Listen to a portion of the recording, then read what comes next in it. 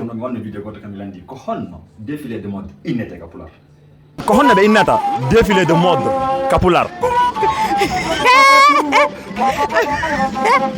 awa bandiraɓe wallitela nde mi landi bandirawo men goto ñande ñalande mi yewno on télévision kanko heɓi ut ette e muɗum wonni ko holli dagol mi nan nder commentaire ji bo buyi mo ɓeɗa hakkillaji mum e nder ton kono kadi ɗo ko jabogol landal ngal ɗo era wadde vidéo ji goo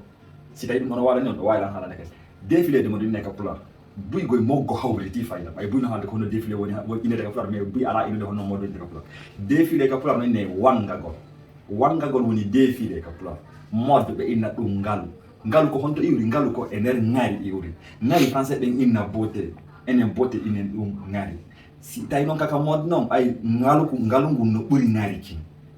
ko ngalu e ŋaari hikkinirte waɗe hunde wotere awa français ɓe noon kamɓe noon ko ɗum noon ɓe innata noon woni mode ko fewndi kon awa ngalude ɗen andi ko pihum fewndi kon donc haɗa ɗum ɗo wonno réponse fi question momi sakkiti wadde woni ko honno défilé de mode no inne ka pular mi fillito kadi défilé de mode no inne ka pular woni kam pular meɗen no wayno wonde pular hedditi e mi anda ono cameroun mo no honno leyɗe goo hatta onon ko ɗo wayno haalande kadi siko ɓuruɓe leyɗe ko ha leydi laƴine no wawi haalde nder commentaire ji ɓeyde noon hedditiɓɓen donc défilé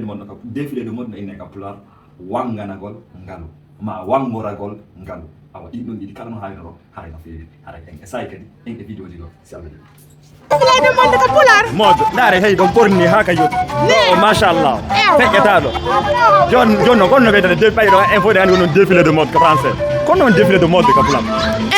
ko ɗo innirte no faala haalande payko monanta pular o monanta pular ko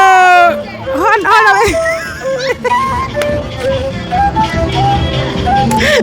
défilé de mode kono ɓe innirta ɗum wono ko nanɓe pular ngal